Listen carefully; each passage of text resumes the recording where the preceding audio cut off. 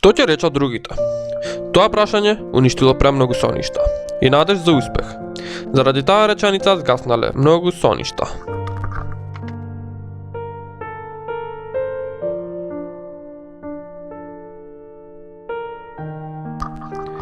Замисли си вака.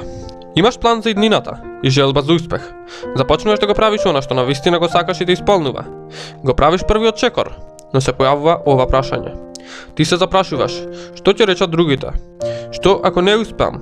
Сите ќе ми се смеат. И се откажуваш.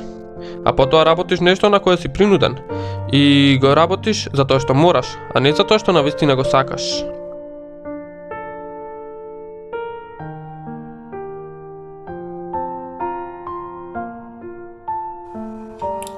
Дали ова е животот што го сакаш? Дали вреди да дозволиш ова прашање да те спречи во остварување на твоите соништа? Јас мислам дека не. Тоа прашање е сосема небитно и не треба да те спречи во остварување на твоите соништа. Воопшто не е важно што ќе кажат другите, туку е важно што навистина сакаш ти. Веднаш започни да работиш на остварување на твоите соништа, затоа што ако не започнеш сега, можеби никогаш нема да добиеш друга шанса за да успееш.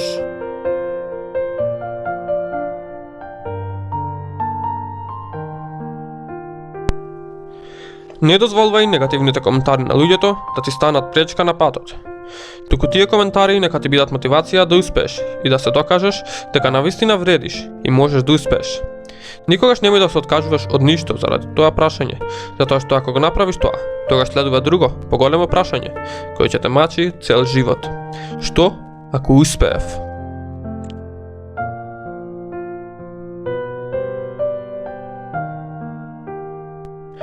Ето тоа прашање е многу потешко. Затоа немој да се откажуваш.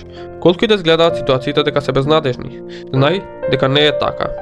Ако се потрудиш, може да излезеш од секоја тешка ситуација.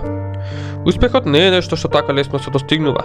И ако чекаме да ни падне од небо, уште многу ќе чекаме.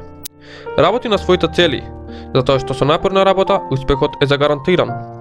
Можеби ќе ти требаат месеци за да се појават првите резултати, а можеби и години, ама ќе се појават. Воопшто не е важно што ќе кажат другите. Само игнорирај ги луѓето кои те навредуваат и те исмеваат. А од друга страна ги имаме луѓето кои не поддржуваат и кои го ценат нашиот труд. Секој во животот има барем една таква личност.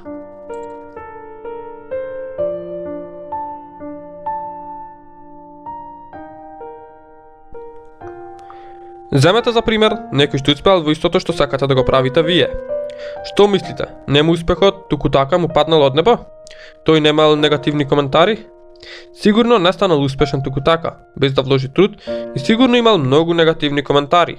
Ама тоа што е денес е резултат на неговата напорна работа и тоа што не дозволил тоа прашање да го турне.